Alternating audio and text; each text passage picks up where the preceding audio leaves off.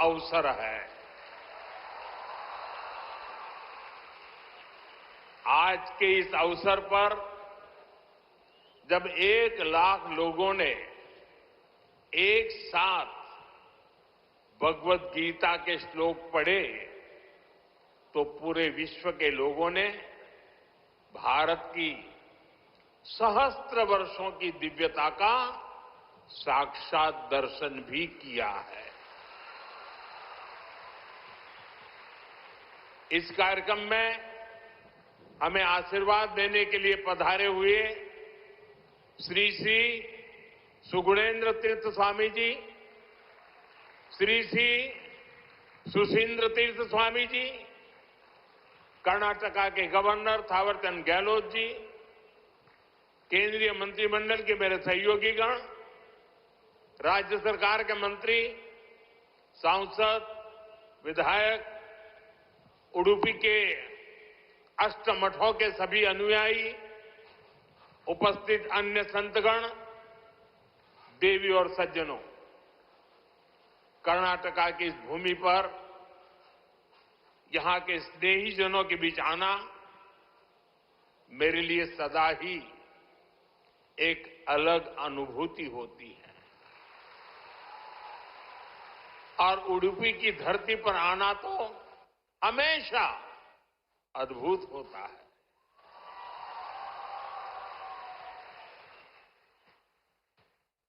मेरा जन्म गुजरात में हुआ और गुजरात और उडुपी के बीच एक गहरा और विशेष संबंध रहा है।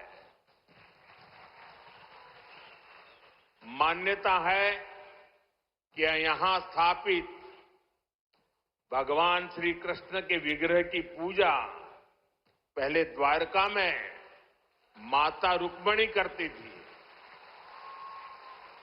बाद में जगत गुरु श्री मध्वाचार्य जी ने इस प्रतिमा को यहां प्रस्थापित किया और आप तो जानते हैं, अभी पिछले ही वर्ष मैं समुद्र के भीतर श्री द्वारका जी का दर्शन करने गया था, वहां से भी आशीर्वाद ले आया।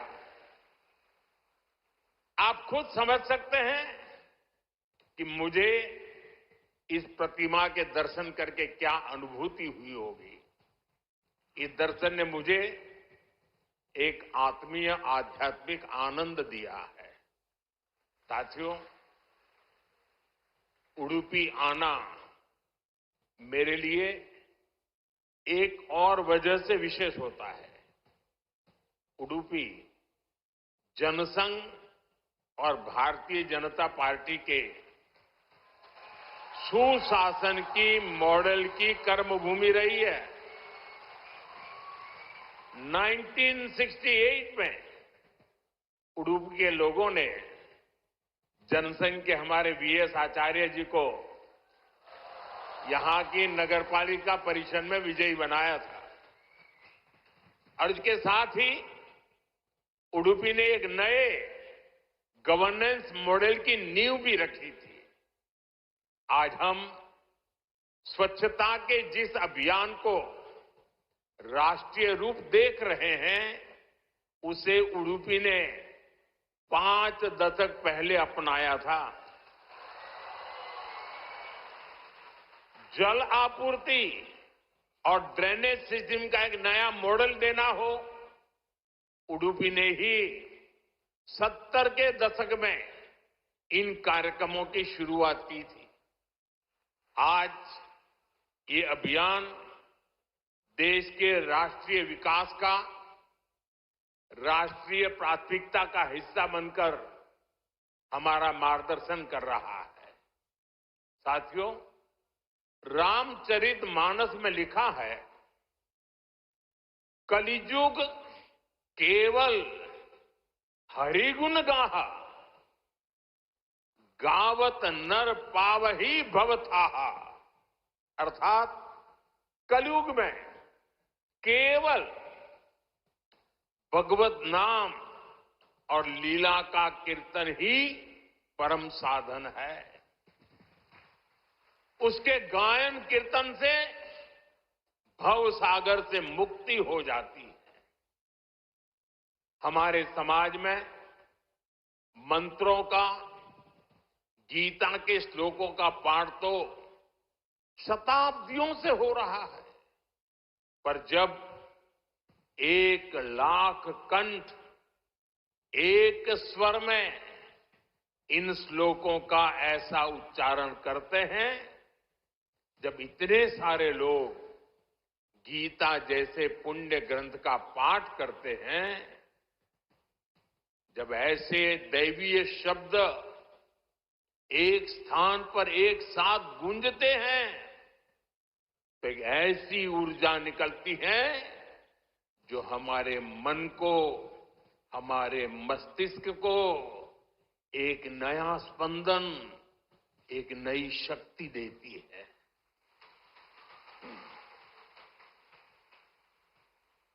यही ऊर्जा अध्यात्म की शक्ति की है। यही ऊर्जा सामाजिक एकता की शक्ति है। इसलिए आज लक्ष्य कंठ गीता का ये अवसर एक विशाल ऊर्जा पिंड को अनुभव करने का अवसर बन गया है। ये विश्व को सामूहिक चेतना, कलेक्टिव कॉन्शियसनेस की शक्ति भी दिखा रहा है। साथियों, आज के दिन विशेष रूप से मैं परम पूज्य श्री श्री सुगुणेन्द्र तीर्थ स्वामी जी को प्रणाम करता हूं। उन्होंने लक्ष्य कंठ गीता के इस विचार को इतने दिव्य रूप में साकार किया है। पूरे विश्व में लोगों को अपने हाथ से गीता लिखने का विचार देकर उन्होंने जिस कोटि गीता लेखन यज्ञ की शुरुआत की है, वो अभियान सनातन परंपरा का एक वैश्विक जन आंदोलन है। जिस तरह से हमारा युवा भगवत गीता के भावों से, इसकी शिक्षाओं से जुड़ रहा है, वो अपने आप में बहुत बड़ी प्रेरणा है।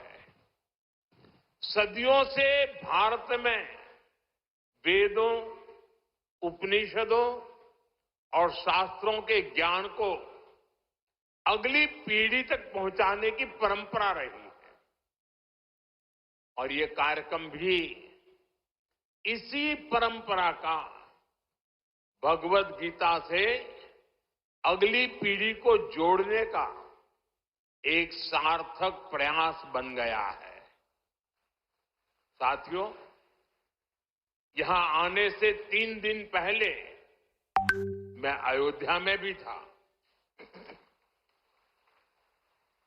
25 नवंबर को विवाह पंचमी के पावन दिन अयोध्या के राम जन्मभूमि मंदिर में धर्म ध्वजा की स्थापना हुई है।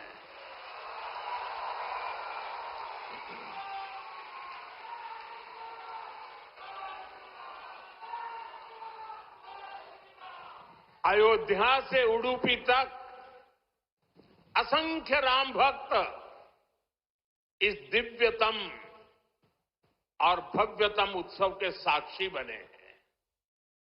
राम मंदिर आंदोलन में उडुपी की भूमिका कितनी बड़ी है, सारा देश इसे जानता है। परम पूज्य स्वर्गीय विश्वेश तीर्थ स्वामी जी ने दशकों पहले राम मंदिर के पूरे आंदोलन को जो दिशा दी, ध्वजारोहण समारोह उसी योगदान की सिद्धि का पर्व बना है। उडुपी के लिए राम मंदिर का निर्माण एक और कारण से विशेष है। नए मंदिर में जगत गुरु मध्वाचार्य जी के नाम पर एक विशाल द्वार भी बनाया गया है।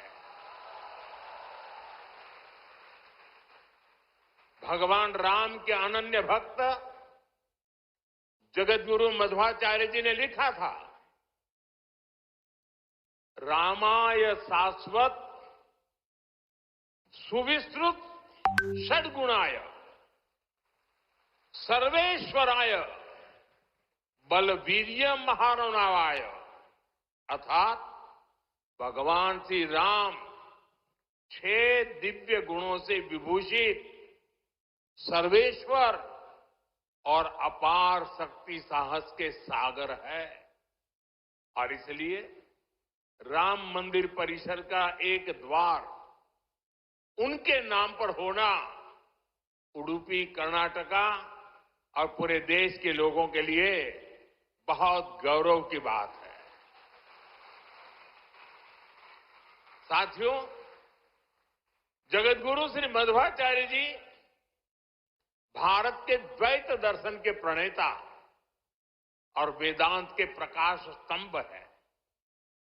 उनके द्वारा बनाई गई उडुपी के अष्टमठों की व्यवस्था संस्थाओं और नव परंपराओं के निर्माण का मूर्त उदाहरण है। यहां भगवान श्री कृष्ण की भक्ति है, वेदांत का ज्ञान है और हजारों लोगों की अन्न सेवा का संकल्प है। एक तरह से ये स्थान ज्ञान, भक्ति और सेवा का संगम तीर्थ है। साथियों, जिस काल में जगतगुरु मध्वाचार्य जी का जन्म हुआ, उस काल में भारत बहुत सी आंतरिक और बाहर की चुनौतियों से जूझ रहा था। उस काल में उन्होंने भक्ति का वो मार्ग दिखाया जिससे समाज का हर वर्ग, हर मान्यता जुड़ सकते थे। और इसी मार्गदर्शन के कारण आज कई शताब्दियों के बाद भी उनके द्वारा स्थापित मठ प्रतिदिन लाखों लोगों की सेवा का कार्य कर रहे हैं। उनकी प्रेरणा के कारण द्वैत परंपरा में ऐसी कई विभूतियां जन्मी हैं जिन्होंने सदा धर्म, सेवा और समाज निर्माण का काम आगे बढ़ाया। और जन सेवा की ये शाश्वत परंपरा ही उडुपी की सबसे बड़ी धरोहर है। साथियों, जगतगुरु मध्वाचार्य की परंपरा ने ही हरिदास परंपरा को ऊर्जा दी। पुरंदरदास, कनकदास जैसे महापुरुषों ने भक्ति को सरल, सरस और सुगम कन्नड़ा भाषा में जन जन तक पहुंचाया। उनकी ये रचनाएं हर मन तक, गरीब से गरीब वर्ग तक पहुंची और उन्हें धर्म से, सनातन विचारों से जोड़ा। ये रचनाएं आज की पीढ़ी में भी वैसी की वैसी ही है।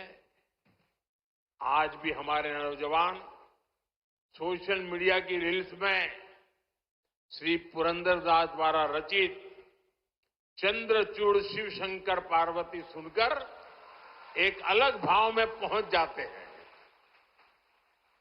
आज भी जब उडुपी में मेरे जैसा कोई भक्त एक छोटी सी खिड़की से भगवान श्री कृष्ण का दर्शन करता है तो उसे कनकदास जी की भक्ति से जुड़ने का अवसर मिलता है। और मैं तो बहुत सौभाग्यशाली हूं, मुझे इसके पहले भी ये सौभाग्य प्राप्त होता रहा है। कनकदास जी को नमन करने का सौभाग्य मिला है।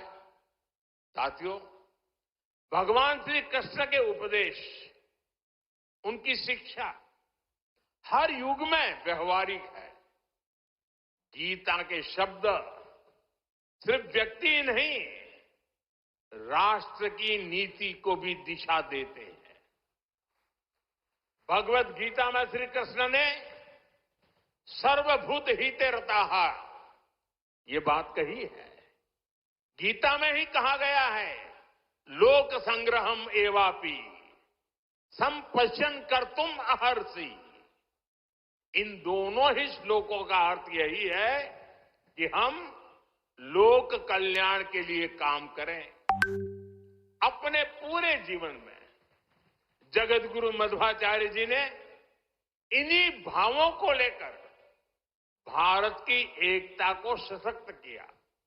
साथियों, आज सबका साथ, सबका विकास, सर्वजन हिताय, सर्वजन सुखाय, ये हमारी नीतियों के पीछे भी भगवान श्री कृष्ण के इन्हीं श्लोकों की प्रेरणा है। भगवान श्री कृष्ण हमें गरीबों की सहायता का मंत्र देते हैं और इसी मंत्र की प्रेरणा आयुष्मान भारत और पीएम आवास जैसी स्कीम का आधार बन जाती है। भगवान श्री कृष्ण हमें नारी सुरक्षा, नारी सशक्तिकरण का ज्ञान सिखाते हैं और उसी ज्ञान की प्रेरणा से देश नारी शक्ति वंदन अधिनियम का ऐतिहासिक निर्णय करता है। श्री कृष्ण हमें सबके कल्याण की बात सिखाते हैं और यही बात वैक्सीन मैत्री, सोलर अलायंस और वसुधैव कुटुंबकम की हमारी नीतियों का आधार बनती है। साथियों, श्री कृष्ण ने गीता का संदेश युद्ध की भूमि पर दिया था और भगवत गीता हमें ये सिखाती है कि शांति और सत्य की स्थापना के लिए अत्याचारियों का अंत भी आवश्यक है।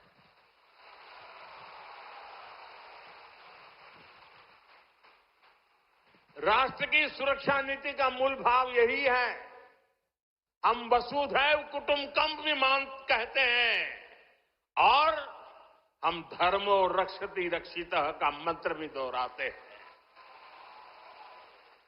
हम लाल किले से श्री कृष्ण की करुणा का संदेश भी देते हैं और उसी प्राचीर से मिशन सुदर्शन चक्र की उद्घोषणा भी करते हैं।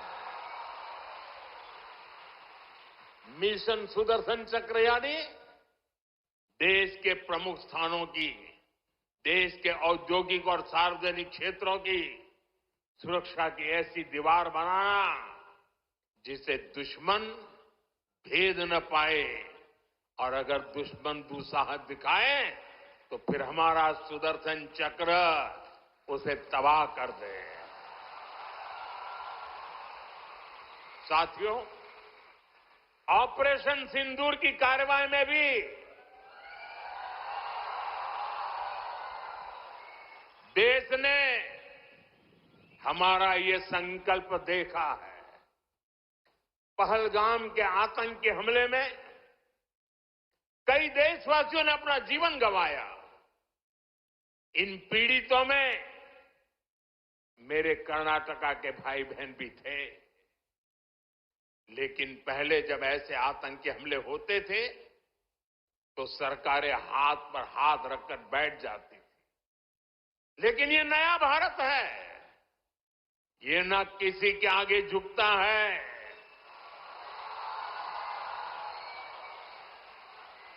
और न ही अपने नागरिकों की रक्षा के कर्तव्य से डिगता है।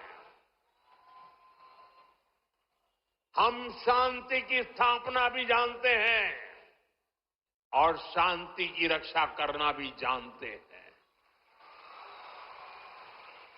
साथियों, भगवत गीता हमें कर्तव्यों का, हमारे जीवन संकल्पों का बोध कराती है और इसी प्रेरणा से मैं आज आप सभी से कुछ संकल्पों का आग्रह भी करूंगा।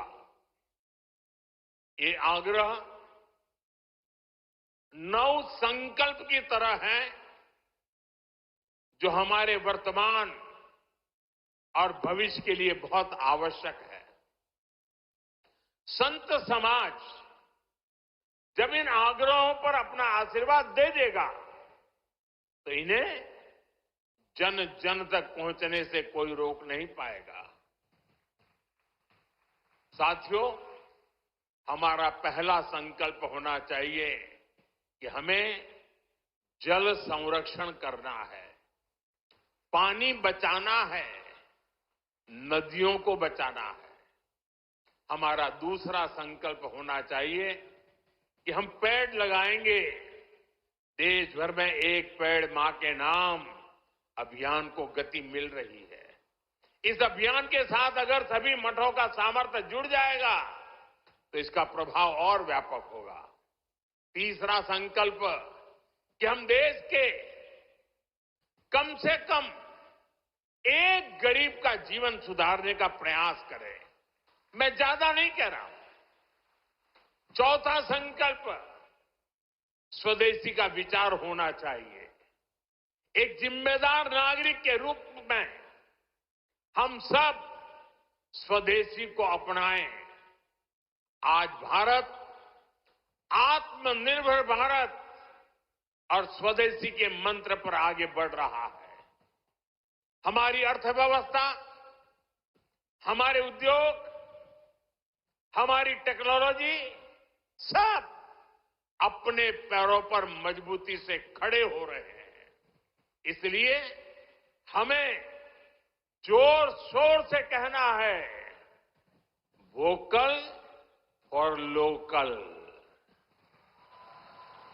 Vocal for vocal, vocal.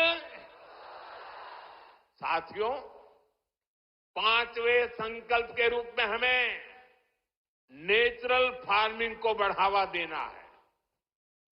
हमारा छठा संकल्प होना चाहिए कि हम हेल्थी लाइफस्टाइल को अपनाएंगे, मिलेट्स अपनाएंगे और खाने में तेल की मात्रा कम करेंगे।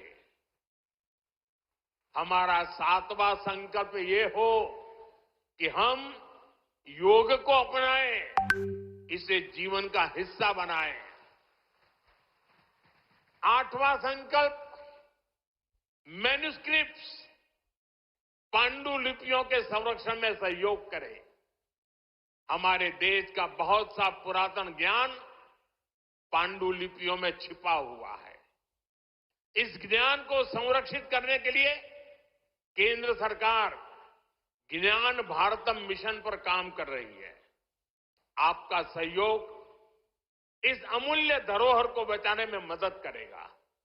साथियों, आप नौवां संकल्प लें कि हम कम से कम देश के 25 ऐसे स्थानों का दर्शन करेंगे जो हमारी विरासत से जुड़े हैं।